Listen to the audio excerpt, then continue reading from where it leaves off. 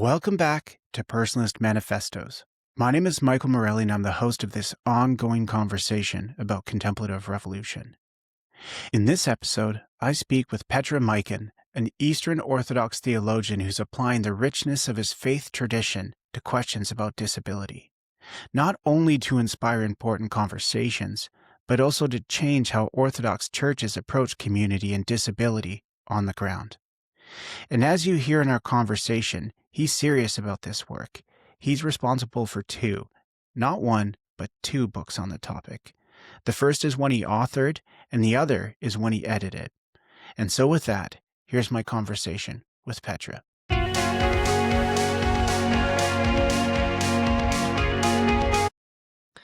Well, today we have my friend, Petre Maican, here to talk about his work. And I'm thrilled to have him on Personalist Manifestos. So, Petre, why don't you start, like we normally do here, telling us a little bit about yourself? What do people need to know about you? Well, first of all, I'm an Orthodox theologian. I think that's an important part of who I am. And I'm very much interested in disability theology. I'm also very much interested in ecumenical theology, so the dialogue with other Christian confessions. This is where I did. This is what I did for my PhD studies, for my PhD thesis in Aberdeen, where I've met Michael. And now, also from Aberdeen, I developed a different interest in disability theology, and this is what I'm doing for years in trying to bring in dialogue disability theology and Orthodox theology. And as I normally ask as a follow-up question, how did you end up in theology, and how did you end up in disability theology? I mean, you hinted at it a little bit in terms of your time at Aberdeen, and of course, Aberdeen has a really rich community of people doing ministry in the area of disability, doing theology in the area of disability. So it would make sense that you were shaped by that community, just like me. But yeah, what was the journey towards theology for you, and then deeper into disability theology? Mm. Well, I mean, I think for me, the journey, I'm one of those people who had a very straightforward journey into theology. So I'm not one of those who at some point had a kind of revelation. Because I went to what you'd call a seminary, but a vocational high school since I was 14. So in the Orthodox Church. And so I knew kind of from a very early age that I'm very interested in theology and religion. And I followed that path ever since. I kind of continue studying theology. And this is how I mean, probably I think there's a moment where I ask myself if I want to continue or not. But I did, after that, I realized that this is what I want to do. And this is how I ended up in Aberdeen for my PhD. Um, yeah, and disability theology for me was revelation in Aberdeen on the one hand, because Aberdeen itself was a different place for persons with disabilities. I think when I left Romania in 2012, disability was still something that was very much hidden. And I've seen in Aberdeen, you could see a lot of people with disabilities on the streets, being visible. That was the most important part for me, and what most surprising at the time. And then after I finished my PhD, the fact I had these conversations with people there in Aberdeen kind of, I don't know, shaped my mind, made me think more about what it means, disability means for Orthodox theology. And then I present a paper on kind of a disability theology. It was mostly an evaluation of a document, of a Russian Orthodox Church document on human dignity. And from the perspective of intellectual disability, that's from the perspective of intellectual disability. And then very soon I realized that there were some people who are interested, but also there was nobody else mostly doing it in a very academic, systematic way. I mean, there are people, even now, there are some people who are doing it, but the number of Orthodox theologians really working on this is slowly increasing. By the time when I started, I think very few people were. And so I told myself that both this is intellectually stimulating, but also really brings a service to the church. And what I'm saying is that not that people are not interested in helping people, with disabilities in the Orthodox Church, but that the reflection usually tends to be different than the reflection that you make in disability in theology. Yeah. Yeah, for sure. I can relate to what you're saying at the end there. It's not as if there aren't people within different traditions who are already invested and passionately so, but I have experienced this in my own way, embedded as I am within a North American evangelical context. And I serve on the board of a not-for-profit that provides living spaces and communal living and support for people with disabilities. And even within those contexts, like there's so many people that like that's their vocation and that's why they're there. But when you actually take time to say, why are you here as a Christian?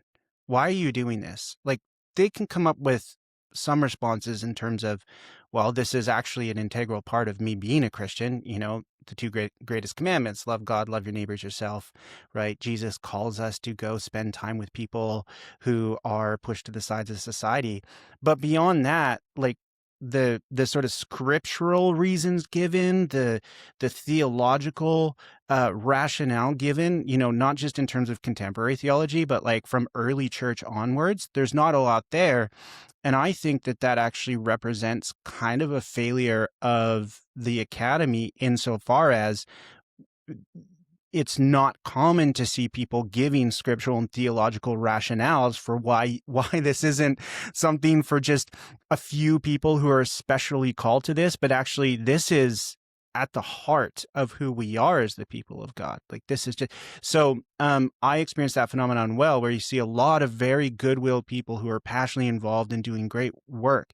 And then the power as a theologian is coming in and saying, hey, do you know that there is scriptural and theological language for something here, here, and here, right? Like it's just naming something that you've already been doing and already felt for so long.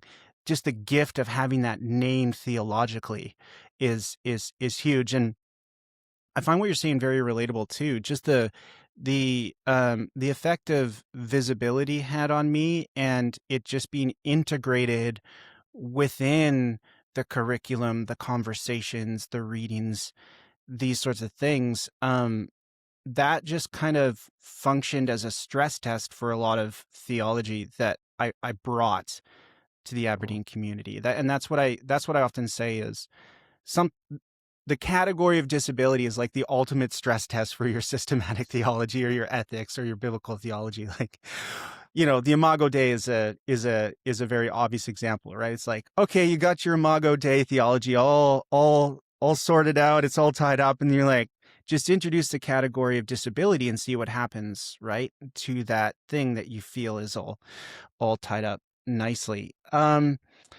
So the other thing too, though, just like biographically, as you're talking, I'm like, you're kind of Samuel, you're just like, you're here I am, Lord, that, Oops. Yeah. and which is wonderful, right? That just from an Mm, early age onwards, you knew that this was something you want to do and you were available to it. So you have written a book mhm, on disability from an Orthodox perspective, and you've also edited a volume mhm. as well. So how about you tell me a little bit about those books, and then we'll spend some time working through some of the themes because I'm really looking forward to talking about what you shared with me and that sort of thing. Okay, thank you. So yeah, I mean, the first one is a monograph. It's called The Asceticism of Emotions. Put it here. Um, and it's kind of, to my knowledge, I think is the first academic monograph on disability from an Orthodox perspective. I mean, I don't think there's any other monograph on this topic so far. The other one is a collective volume where which is called Disability in the Greek Patristic Tradition. Both of them are born out of this desire of making disability theology better known inside Orthodox theology. But the book, the monograph in itself, is not about making orthodoxy, making disability, is not only about that. but mainly is about the broader dialogue in disability theology. Because what I'm doing here is I'm bringing something that I think it lacks in disability theology, and which is a discussion about aesthetics and a discussion about personal responsibility. I'm not. I think we there this idea that we. I mean, I think aesthetics plays a large part in how we treat other people, and we like to talk about the privilege of beauty, and also the fact that some people who are not good looking are um, end up being disqualified for certain positions or don't receive certain favors. But you also have, I think, the other side where we don't engage with people who have different facial or bodily configurations than we are used to from our daily interactions, from what we see in the media. And that leads to very negative emotions because if you're not comfortable with something, if you're not used to it, then you're going to have this kind of negative emotion. And the second thing was that the second point in disability theology, there's a lot of discussion about context, about social structures of injustice, if you want. But very little is about personal emphasis on how people can actually appropriate certain things in their own life. How could they build to change themselves? Because structures are very important, but there's also a personal side that needs to be, needs to be solved. And so this is kind of the what's at the heart of the book, the motivation behind it. Oh, I love that. I mean, when I sent questions in advance and comments, this was something that I mentioned, and something that I talk a lot about is aesthetics is not just for artists. And I Hmm. love how, for people who don't necessarily see the connections between aesthetics and ethics and philosophy, theology, sociology, anthropology, Hmm. all the ologies, they might see a title of a book like yours and say, well, what does aesthetics have to do with emotion and disability? And we'll dig into that a bit more, but just to say off the top that I frequently say that our aesthetics are tied to our ethics, and our ethics are tied to our theology and our philosophy. And our philosophy and theology are tied to the texts that inform it. And all of that is within context. And for that reason, we ignore aesthetics at our peril. Like, if we just say that it's for, highbrow fine arts people who like going to museums and plays and looking at paintings and talking about their meaning, or it's just about, popular culture and people who like Marvel comics and going to Comic-Con, we've actually risked taking seriously not just those aesthetic spaces, what they're telling us about the ethics within our world or lack thereof, but we're actually not engaging in something that's so intrinsic to being human and tells us a lot about ourselves, for better, for worse. And so I'm going to avoid preaching a mini sermon on this, but it is, as far as I know, the first book that I've read bringing the question of aesthetics in an explicit way to the phenomenon of disability. And so can you explain how you're doing that? I mean, you hint at it in terms of, there are normative ideals of beauty Hmm. in our world and in particular context. And so often, the what people call disability doesn't fit that norm. So there's this sort of aesthetic contrast, and then that produces reactions to people who don't fit into that norm. And you start there, and then you go into the philosophical or theological backdrop for that. So can you talk about how the aesthetic reactions are kind of the tip of the iceberg, and then how you describe what's going on behind there, like where you locate that ultimate sort of reaction as a result of seeing somebody who doesn't fit this pretty unidimensional vision of a beautiful or perfect or, just fully human. Hmm. Hmm. Yeah, I totally agree with what you said with aesthetics, the trajectory you described there from aesthetics to ethics to um to how we live in community as well. It's I mean, I have a lot to say about that, but I do think that's an important strand, because in the patristic mentality, but even later you can see it how the aesthetics, what you're looking at, what you're listening at, what you're reading, are shaping how you perceive the world and how you act. You know, it's the idea in the ancient world was that you're going to become like the thing that you're going to contemplate. So if you're going to look at Mona Lisa, you're going to behave in a different way in the world than if you're going to look at, I don't know, something by Andrew Warhol. Both of them are going to guide you in a certain type of behavior. And you have this also, I mean, we have this later with music, where Tolstoy makes the argument that a certain type of music should be forbidden because it's too sensual or whatever. But you know, the Kreutzer Sonata. Um, but there is, I mean, I think there is truth to that, because if you agree with the premise that there's music that makes you behave more heroic, like propaganda song or military marches, then you have to agree that's music that makes you behave in a different way. And so I think that's one of the what I wanted to follow with your what you said there. In my case, what I'm trying to say something that it's something that people in disability studies have said for a long time, that there are certain values, aesthetic values, where persons with disability do not fit in. And most of the time, the solution, in my opinion, is to throw the baby with the bathwater and to say we don't need aesthetics at all. Everybody kind of looks the same. I doubt this is actually a solution, to be honest, because in my opinion, people always have preferences. Whatever those preferences are going to look like, what's going to shape them aesthetically, it's something else. But beings are always going to have preferences, and they're going to be influenced. They're going to be aesthetic in a sense or another. And so what I'm saying is that it's normal to reach these conclusions because the way in which we perceive the other is influenced by what I what could be called the created beauty, the way the perception of the world in a certain proportionality. And we are fascinated by this, is mesmerized by this type of beauty. And it's part of the beauty of creation. But this is not, I say, true beauty. It's the beauty that is sensual, that makes us lust for whatever it's around us. Because beauty has an appeal. Beauty is appealing. That's why you want to follow beauty, because it kind of attracts you.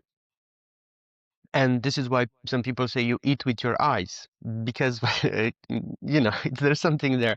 And this is part of the created beauty, which is I argue there, based on our very sensuous perception of the world that appeared after the fall. But then there's another type of beauty which I'm arguing for, and this is the beauty of God, which cannot be the same with the beauty of creation. And because in the beauty of creation, the persons with disabilities don't necessarily fit in, so you cannot have them aesthetically.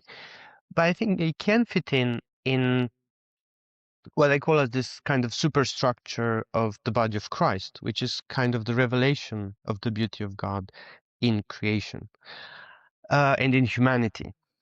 And my premise there is that the beauty of God is not the same with the beauty of creation. It's not a very novel perspective, theologically speaking. I mean, von Balthasar has something similar, but I think it's important to remind this, especially to people from an Orthodox background, who tend to believe that something that's pleasant for them, even creation, is necessarily the same thing with the beauty of God. I don't think in this continuity. Um, for the very for the very simple reason that there is no continuity. I mean, there can be some form of continuity, but not such a sort of easy transition from the beauty of creation to the beauty of God. There has to be some form of discontinuity there. Um, and uh, also because if you think about it, the beauty of God, the presence of God is terrifying, as in Rilke, you know. um, the beauty is something that terrifies us. So, and not the beauty that we see every day, but the beauty of God that true beauty has to be terrifying. It cannot be something that we can accept. Um, and also because there cannot be the same, theologically speaking, the creation and creator are not the same. Whatever God put into creation, it's a part of Him, but it's not. the same thing with God. So the two cannot be the same. And this allows me the space of saying, in between these two types of beauty, we have the beauty of this universal body of Christ that everybody enters and is recapitulated in Christ. And each has a part to play in this.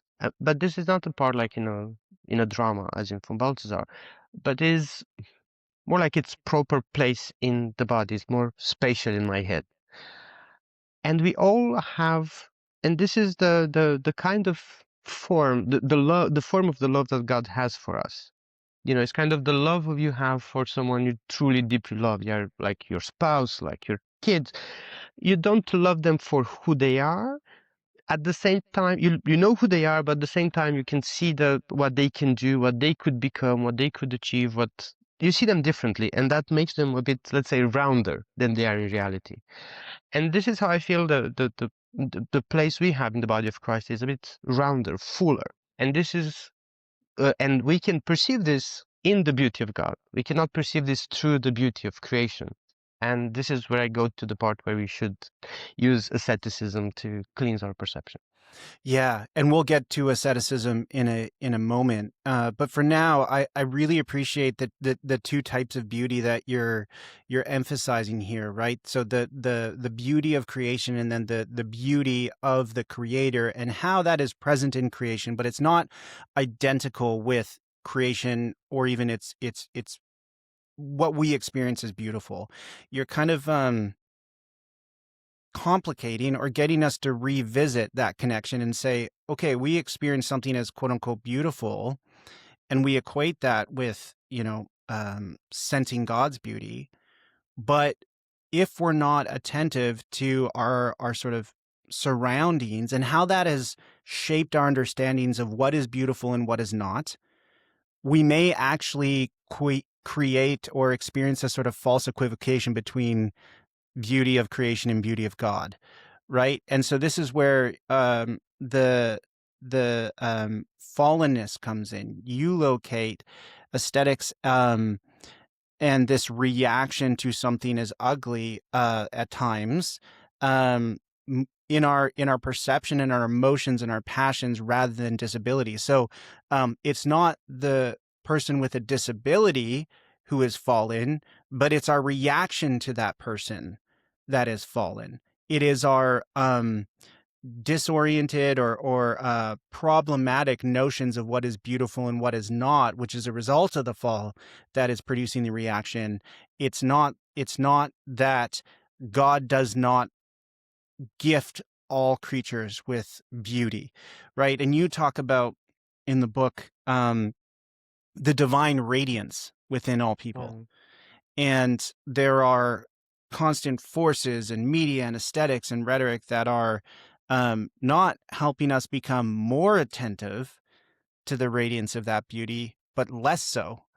mhm, And I really appreciated that you're so often the move is to say, well, we live in a fallen world, and disability is one of those things that comes into the world as a result of the fall. And you're pressing at that sort of conclusion and saying, well, maybe what needs to be reconfigured is our perceptions of what is and is not fallen, what is and is not beautiful, what is and is not bearing the radiance of God's divine light. And you also talk about a part along with the fallenness piece. You also locate this in a reminder of our fragility, our dependency, and even our sort of intrauterine state. That when we encounter somebody who doesn't fit this idea of independence, beauty, strength, accomplishment, there's that recoil that comes from fallenness, but it also comes from just this aesthetic reminder, the fact that we're all more fragile than we think. Do you want to share mm, about those pieces of your work? Because I think they're really helpful, and I definitely have seen that too and thought about it a lot myself. mhm, mhm. I mean, that's an insight that appears often in in disability theology and disability studies, and also in philosophy about disgust. What produces disgust? It's one of those emotions that's very powerful, and you can kind of train somebody out of fear, but it's very difficult to train somebody out of disgust. I mean, I could explain to you, and we can have some sort of behavior therapy, or explain why rationally you don't have to be afraid of something, but it would be very difficult for me to explain to you why you shouldn't be disgusted of something. Right. So, I mean, if imagine I have to convince you that there's a very stinky French cheese that you feel the smell, and I'm telling you, no, it's delicious. I think it's gonna be very difficult to convince you when you smell that. Especially if you have to open both of your windows and the door to get rid of Just the to eat the smell cheese. afterwards. Yeah, I mean, um, but the idea that of this whole of the idea of disgust in the context you mentioned is one of human vulnerability, and it's one of boundaries. As human beings, the only moment where we are basically we when we don't have boundaries, it's more or less when we're in the maternal womb. Everything is mixed up, everything is we things are happening there in a way that is not very clear. But the moment you get out of the womb, things are structured. These are the things, these are the categories you have to learn. And discussed in this interpretation is more about how you become able to overcome to it's more about these categories that are conflating themselves. They are not clear. There are not clear boundaries. And I think there's a sense in which this works mostly in relation to things that, or persons that, or imaginary beings that we consider to be at the liminal space between humans and animals, because that's where it seems to be discussed much easily produced than in, I don't know, let's say something like the man and machine. If you try to find something that mixes humanity and machines, you're not going to be so disgusted. But if there's something where animality and human beings are mixed, there seems to be a much more powerful psychological effect. But the bottom line is mostly this, that we're never, every time we encounter something we that doesn't have a clear definition, a clear boundary, we tend to recoil um, to return to that state where we are not, um, where everything is confused. Yeah. That's interesting, the point that you make about the combination of humans and machines, whether perceived or actual versus perceived or actual combination of animals and humans, because yeah, there's this vision of technology as totally sterile and efficient and powerful, and right, that we would be totally fine, right, with the idea of a half human, half robot. You know, some people might recoil at the idea of microchips and, grafting on technologies to the human, but even things like consciousness uploading and transhumanism and so on, much more people would be, um, I would say, find that less impalatable than the idea of, hey, the people in Silicon Valley are moving away from robots, and now we're going to animals. Like we need to create a centaur, right? We Yeah. really should go for a half human, half horse. I feel like, maybe there would be like a sliver of the population be like, yeah, let's do it, but Hmm. I think that is that is telling us something, because actually we already resemble animals more than we Hmm. do technologies, right? And even just the thought of that bridging, and of course you're getting to the realm of fantasy, like stories like Island of Dr. Moreau and all these sorts of things. But the basic point being is, like, we are, it seems to me, on this side of the fall, constantly avoiding the reality of what we view as our, like, baser nature, our vulnerability, our fragility, our likeness to the rest of creation, along with the things that do differentiate us. You make the point, and I love this point, because talking about the Christian faith, you say the Christian faith is one in which appearance is elusive or things are not what they seem. So despite all this phenomenon that we're talking about, right, the reaction to the blurring of boundaries between, creatures and the rest of creation, human creatures and the rest of creation, humans and technology, like, you say at the core of our story is a story about the incarnate Word of God who doesn't show up appearing like royalty, but shows up as a poor itinerant rabbi, right? Or things like the sacraments, right? Oh, this is just everyday bread. This is just everyday wine. This is just everyday water. But I'm telling you that these aren't what they seem, that there are realities and powers like contained in these or behind these, right? And so that to me is a way of saying, hey, maybe if this is core to our Christian faith, does that then prompt us to be a little bit more reserved or just start to question some of these reactions that we have because of these fallen aesthetic categories we've created and the reactions that they produce? And so this is where we do get into asceticism and how asceticism might help walk us towards a reconfigured and better perception of beauty in creation, and therefore less of a reaction of disgust. Because you're totally right. How you put it, you can train someone out of fear, but it's very difficult to train someone out of disgust. But I think this is where asceticism, habituation, and some of the other constructive suggestions you're making actually help train us out of this. Hey folks, I want to jump in quickly before we get back to the show. There are a few ways that you can help out Personalist Manifestos if you've been engaging with this show for a while. The first is that you can just tell people about Personalist Manifestos, online and offline. Like and repost our posts. Add to your recommended reading, listening, watching, and so forth lists. Leave reviews and rate us. Pray for us if you're the praying type. Suggest people to interview topics to cover, work to feature, and that sort of thing. And you can support financially with either a monthly subscription, a yearly gift, or a one-time donation through Substack. And hear me when I say this, every little bit helps. I did the math, and if everybody who's currently following us on Substack just gave $1 a month, that would be enough for this show to break even. And that really is the financial goal. I don't want to make money, but I also don't want to lose money. And right now, a good amount of what goes into this show is out of pocket. So if you could help us out in any way, that would be awesome. Okay, back to the show.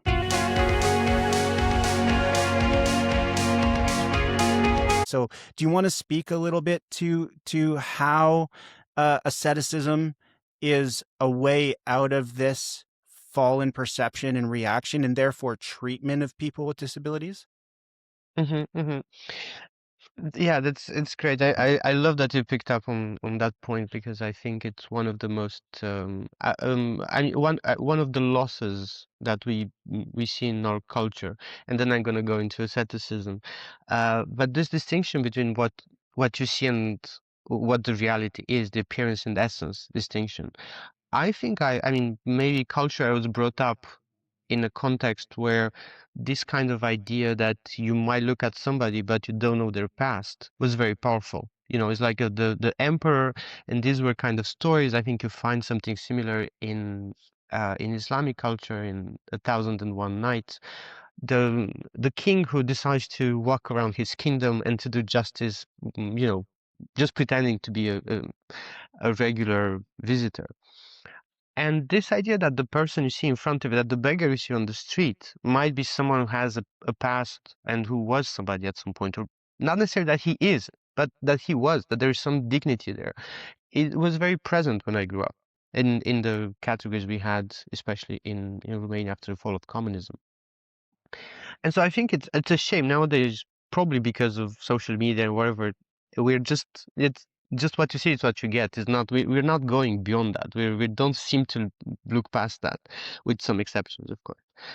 Um, but I think the asceticism is the ascetic part that can help you is the possibility that to analyze why you have certain reactions, and I think it's good for integration of personal stability is much broader in scope, but I think it's perfect because it allows you to, if you're one of those people who feel disgusted by someone who, I don't know, whose saliva sticks out and drawls and has a different facial configuration. I think it's a good point, as they teach you in asceticism, to wonder why that is. You know, why is it that I feel this? Where does this come from? Does it come from my insecurity, the fact that I feel that I'm vulnerable? And then there's this kind of four-step process where the moment you think about it, and you realize the origin, then you can kind of find measures for it, take measures, and act in a certain and behave in a certain way. For instance, in this case, would be like, okay, it's vulnerability. Then, if it's vulnerability, it means that I have to trust God. It's actually a part of me not trusting God that He will, whether if I'm going to be in that situation or not, that's going to be part of God's plan, and He's going to provide in one way or another. And then you go to scripture, you read the passages where God's providence is there present in the life of other people. And then you move towards reinterpreting that emotion. You move from fear of your own vulnerability in fear of losing God's grace, you know. And then that means you also have to act in a different way. And if your focus shifts from fear about your own health, from fear about losing God's providential grace, then the person in front of you is not going to be scared. It's going to be somebody who would want to help because you know that this is what God wants you to help or discuss or, just engage differently.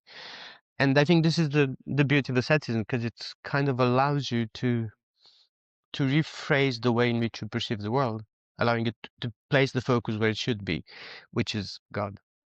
Yeah. Yeah, I loved the work that you were doing there, and thinking about our thinking and thinking about our programmed or habituated responses to anything, let alone something perceived, experienced as like disgusting or ugly or possibly something that's going to contaminate us or make us less holy. Um, I think about this from the perspective of Thomas Aquinas talks about the phantasm. You know Hmm. the phantasm? I don't know Oh, the okay. Aquinas that well, so Sure. No, and I'm not a Thomist, although you and I both know people who would like both of us to be Thomists, having studied at Aberdeen. yeah. But no, it's I actually got it from the Disability in the Christian Tradition reader that I use for a course I teach on disability. And it's a theologian. I know his last name. It's Romero. I can't remember his full name. Anyway, I can Miguel put it in the show notes. Romero. Miguel Romero, and he talks Hmm. about Aquinas and what he can offer for understanding theology of disability and disability. But he nicely describes the sort of responses that a person will have to new elements within their environment, right? So, classic examples like, well, a dog sort of, you're in the park and a dog that's off his leash like runs in front of you, and so that's a new sensory sort of disturbance, and your brain receives that information, and then there's a moment where you process the information that you just received, and that's normally a habituated sort of processing, right? So yeah, there may be some quick calculation in terms of, okay, well, is this like a small dog that looks nice and friendly? Is it just walking slowly, or is it running? Okay, well, what if it's a big dog and it's like foaming at the mouth and like its teeth are bared? Like those sorts of details are going to lead to some conclusions that's then going to provoke you to react in a certain way.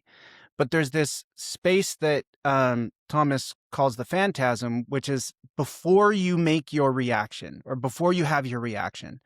And that's the place where change is possible, right? And so it's really helpful, I think, for what we're talking about is the phantasm is the place where our habituated responses, like you don't really think about why you're reacting in the way that you are. You just do.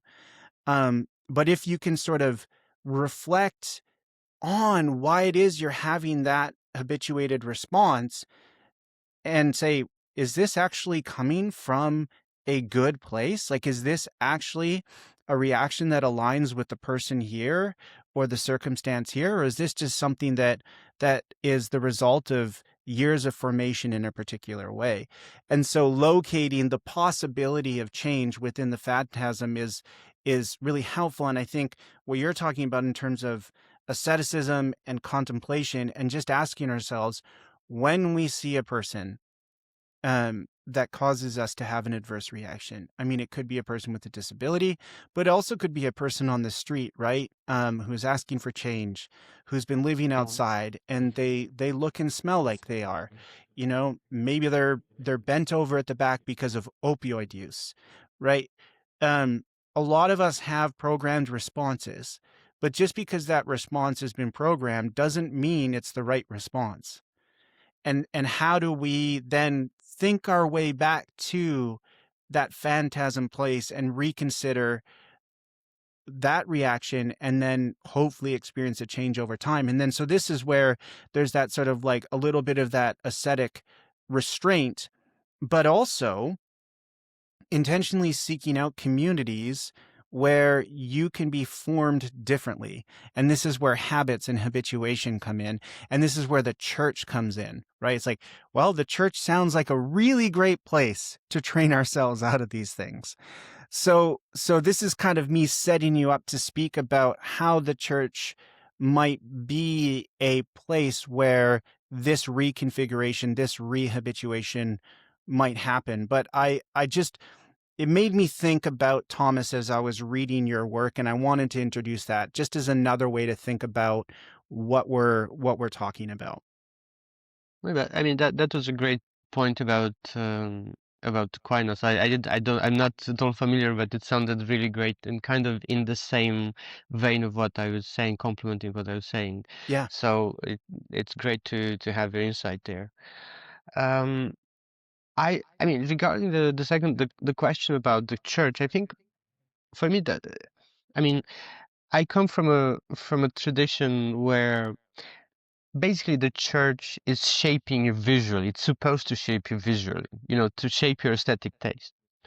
But I think the main challenge in the church is not necessarily the visual shaping of the people who are coming there, but I think is providing the people with a narrative that that makes meaningful their desire to become to change. And I think this is something that probably we're not doing very well. I don't know, I speak for my Orthodox church and I'm speaking for other traditions, because there doesn't seem to be any emotional incentive, you know, aesthetically emotional incentive to change. I think we don't provide that because we abandoned aesthetics. And I think we forget that. And again, I'm not talking about necessarily the icons we have in the Orthodox Church. That's not an for me. That's not an aesthetic impulse to become better or to change your behavior. That's a different type of aesthetic, has something to do with other things, but not with your daily life. Because you know, if you think about it, even in propaganda posters, the Soviets used a certain type of aesthetic to promote a message. And that was kind of emotionally hitting hitting home. And I think we don't have that, and we don't project that vibe anymore. It's not, I should try to tell you a story that's going to motivate you, or satisfy you emotionally, and of course aesthetically. And I had this discussion at some point with somebody about pacifism, and the answer was that why don't people like pacifism? And the friend with whom I had that conversation said, because it's not emotionally satisfying. It is much more emotionally satisfying to hit someone to take revenge than to be, okay, I'm gonna forgive him. I'm gonna be chill about it. There's no, I mean, and I think the same is about this kind of the church trying to push people to do something. It has to provide something that's emotionally satisfying for them. a narrative that's much more emotionally satisfying than simply saying this is how Christians should do. I don't have the narrative in mind. I'm not that good, but I think that's where what the church should become, the hotbed of not just, I mean, providing the opportunities, but also providing the narrative that will be emotionally satisfying for many Christians. Oh, yeah. Yeah, I couldn't agree more. I'm thinking about this so much in so many different application points. Um, that for those of us who are working for change beyond the status quo, critique is helpful, but what constructive story are we telling? Not in a manipulative way, but in an intentional, imaginative, um, God representing way that tells a better story than the status quo stories being told out there or the ideological stories told out there. I'm not saying I have all the answers to what those are, but I'm seriously thinking about it because yeah, you're right. It's more than the types of icons we have or don't have. And it, again, I mentioned, I'm in an evangelical context, but I'm like, there's so many similarities. Like the surface aesthetics are different for sure. But this is Mm. something that I talk about with my students a lot, where, where we are, it's evangelicals are very low church. The music is kind of the full band, and so you get the lights, you get the fog, the dim lights usually, so loud music, and it's kind of trying to create the experience of going to a really like great conference, or sorry, concert, right? And so it's trying to make yourself approachable in a way that maybe a higher church aesthetic and liturgy would not. And one of the things that I think a lot of, people within that lower church evangelical setting like to tell themselves is like, oh, we're not as conservative, or we're not as strict, as those high churches where, you have to dress nice, and, you have to stand up and sit down, and it, call and response. I'm like, actually, in some ways, it is more strict. It is more prescribed because sure, maybe you're not wearing like a 3-piece suit, but everybody's trying to, look like they are caught up with the latest trends. They raise their hands at the right point. They do the spontaneous vocal worship at the right point. The people who are leading us in the song typically don't go over a certain age bracket. Right. Like, so there is there is a rigorousness to that aesthetic field as well. And big surprise, it looks a lot like the rest of the world. And so you're right. Like, where is the incentive to change in that? Right? If this is what the Christian life is being modeled as here when we all gather as the body, or there when we all gather as the body, um, what story are we telling ourselves? And is there any incentive to imagine a different story? And I would say, like, the story, because if we're paying close enough attention to the scriptures, Jesus is saying, like, I am not necessarily with those people who are with the latest trends, or sort of fit the bill of sort of health, wealth, and ability. I'm actually with the people that if they were to be up front, or they were even to walk into the church, people would be like, who let that person in? I'm not so sure I want them to sit beside me, and gosh, I hope they're not going to be disruptive during the prayer moment, right? And so how do we look at that and say, wow, we really are telling the wrong story here, and not just critiquing it, but telling something different and more constructive. I mean, that's the challenge set before us for sure. Have you thought about anything within your own context that might be a step in the right direction? Um, I don't know. It's a Sorry, you just very got me so excited, no, no, Petra. no. But it's very I don't know. It's very yeah. I mean I think there are definitely answers, and I think one of them is the fact that um but this is, I mean, when you mentioned Jesus and how he walked with the sinners and everybody who was excluded, I think there's something that is about the trust that we place in people that they can become better Christians, better human beings. And I think there's a certain confidence that we need to have because I've noticed around me from time to time that people want to become different persons, um, but they don't have the skills, they don't have the confidence, and they don't have somebody to tell them you can do it. It doesn't have to be you're going to change tomorrow.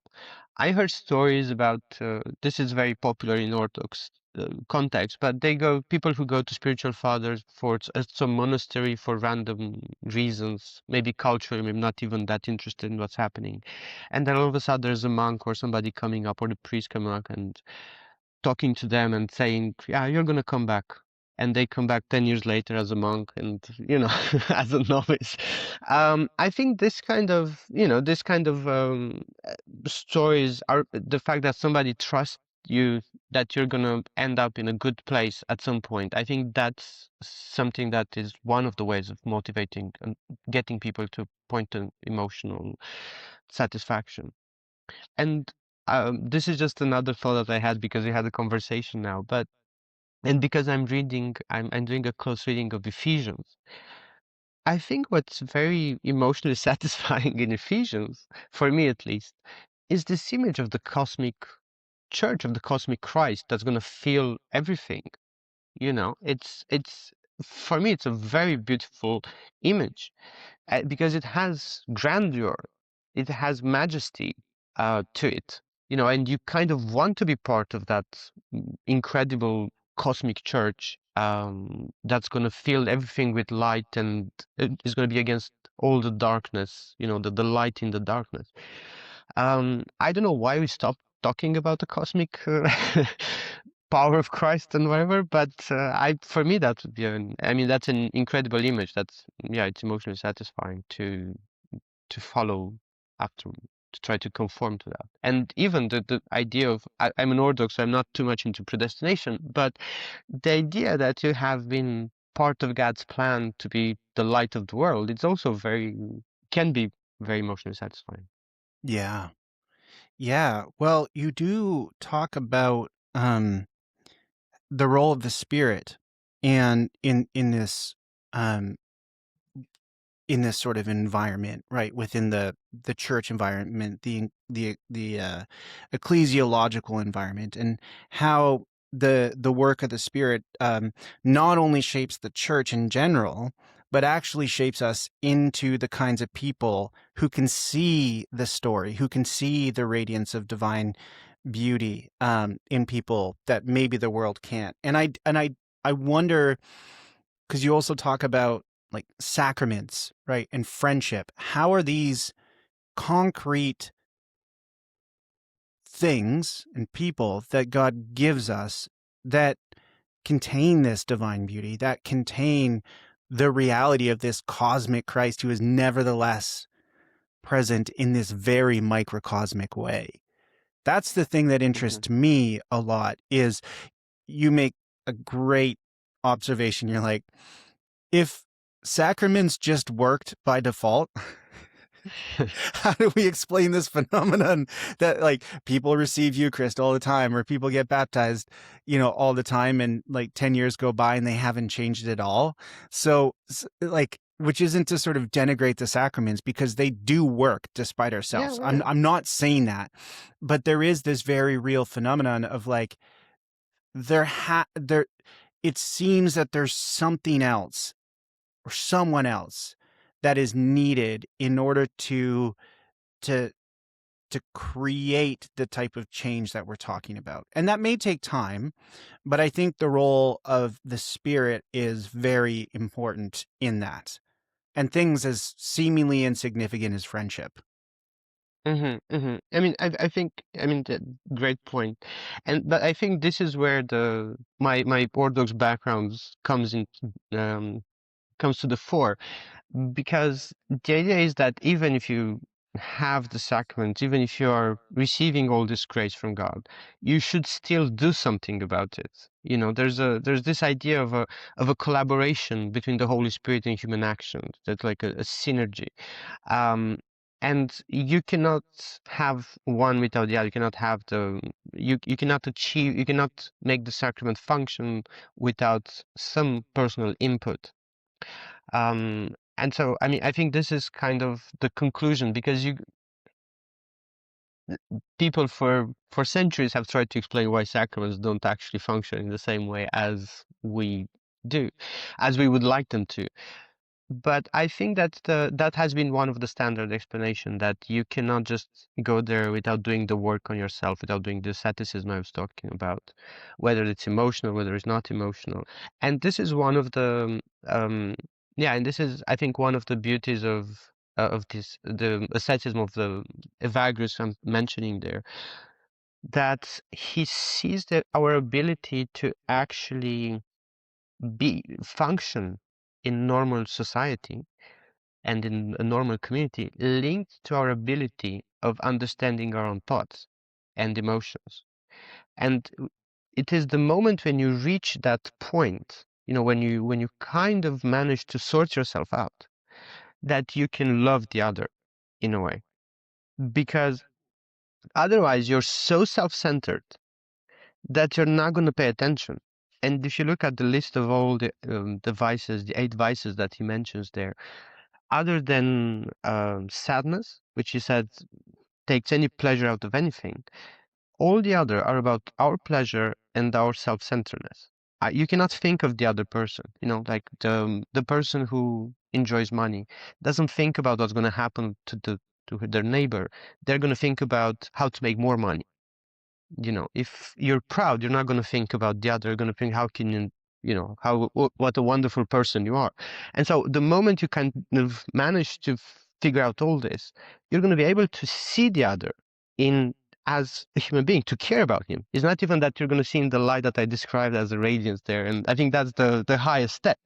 But it allows you to see him as a human being who exists, to have what you said there, attentiveness and availability. Without this kind of work, it doesn't. And the sacraments are coming to help you in that. They strengthen your resolve, but they don't make you a gift in making you a better person, or being you capable to be more attentive or more aware. Yeah. Yeah. One of my friends, Paul, wrote a book with his sister on disgust, actually, and they end with talk of the sacraments, and the language they use to describe the sacraments, as they say they're like spiritual calisthenics. It's like uh it's like they help you develop certain muscles, right? And certain like they get you in shape. They get you in spiritual, physical shape.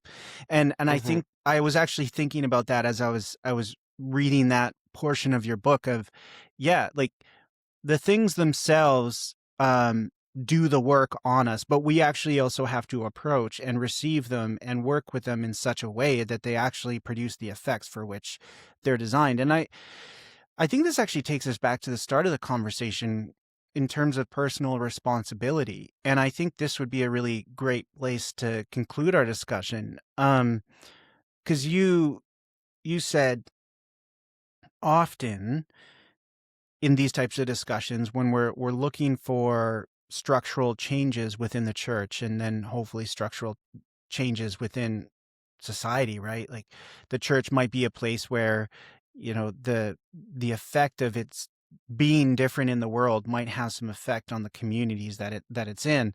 And that often leads to structural considerations. Like, what do we need to change about our ecclesial structures? Or what do we need to change about our social, political, cultural, economic structures in order to address this problem? All great considerations. But you're also saying, but let's not miss the personal responsibility in this. Like, if those structural changes are not arriving, how do we then say, well, even if what we hope for isn't happening yet, how do I take personal responsibility where I am to start to think about how I think, right? Contemplate my reactions, look at my neighbor, assuming that there's more than meets the eye, right? Mm, Friendship, but also too, you make the point like friendship changes lives, but we also can't have deep friendships with everybody, everywhere, all the time, right? So yeah, I love that personal responsibility element that you're pushing for. You're like, and that might actually lead to structural changes, but like, let's start with something manageable. And then see where that goes. And of course, as this podcast is like one extended conversation on personalism, it's very much mm, that. How do you retain the value of the person, the value of spirituality, the value of community in a wider environment that is working against all of that? So yeah, what are your sort of thoughts on personal responsibility? Within your own context, but for people who are listening, maybe coming from a variety of contexts, what would you say to them about that?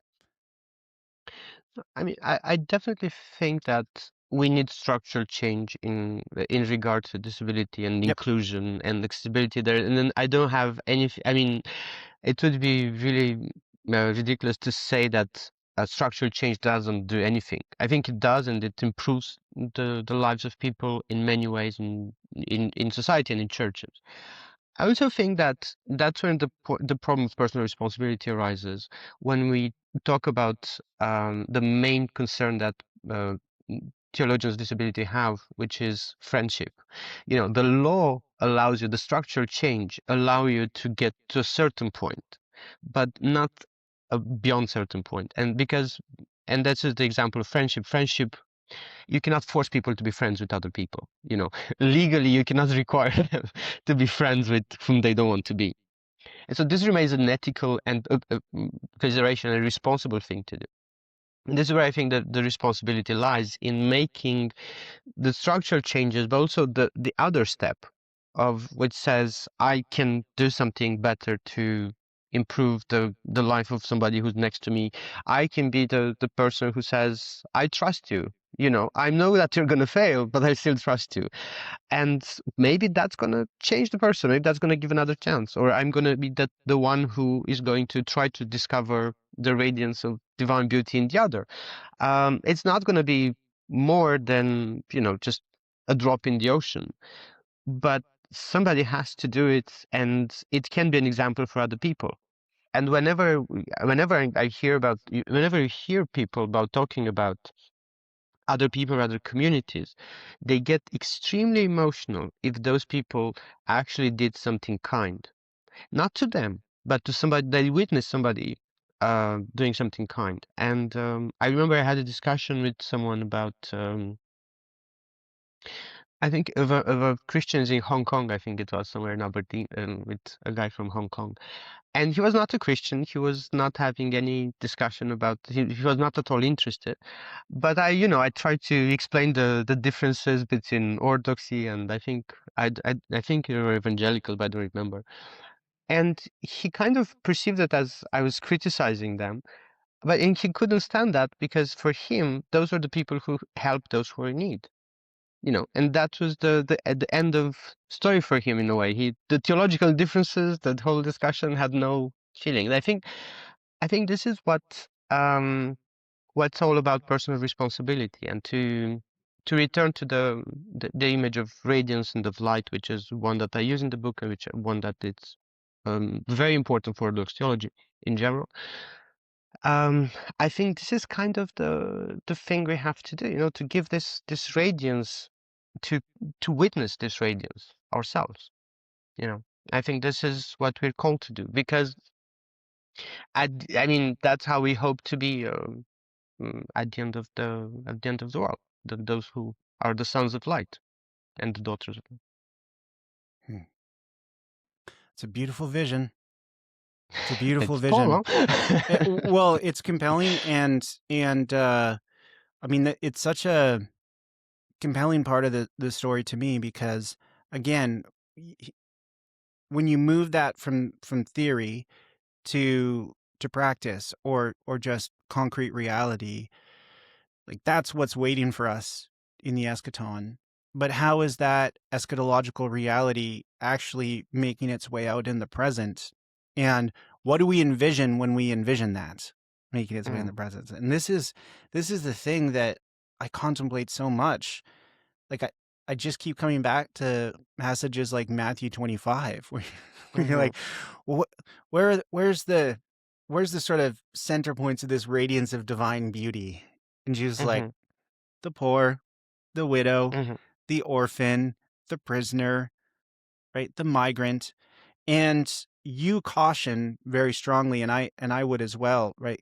This doesn't mean that we then turn them into angelic beings, right? So there's, of course, the reaction of disgust and rejection, but then there's also the reaction of romanticization and, oh, they're like angels, you know?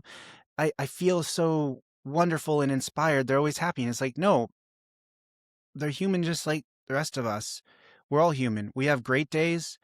We have terrible days. And I mean, it's like kids, right? Like kids can be so angelic and so wonderful, and they can be so, yeah, just like fallen and depraved. But again, we're coming back to the start of the discussion of like, but when they are, at their most, expressive of their fallenness, you do remember the angelic tendencies. But like, it's all human, all too human, right? But how do we position ourselves, take a little bit of responsibility to just go where Jesus says he is and experience that radiant beauty, and take that wherever we go, whether people are watching or not, because God's there, and that in and of itself is worth being there. Well, thank you for your time. I really Thank you for appreciate it. having me. Yeah, I really appreciate the work you're doing, and I'm going to go away thinking a lot about story and telling this better story. And which, by the way, you use literature and plays in your book. We didn't talk about that, and that explains a lot to me why you do. That's kind of the place where we can let the drama play out a little bit. So anyway, thank you for your time. I really appreciate it. Thank you for having Michael. It was a great conversation. I really enjoyed it. So, yeah. Oh, good.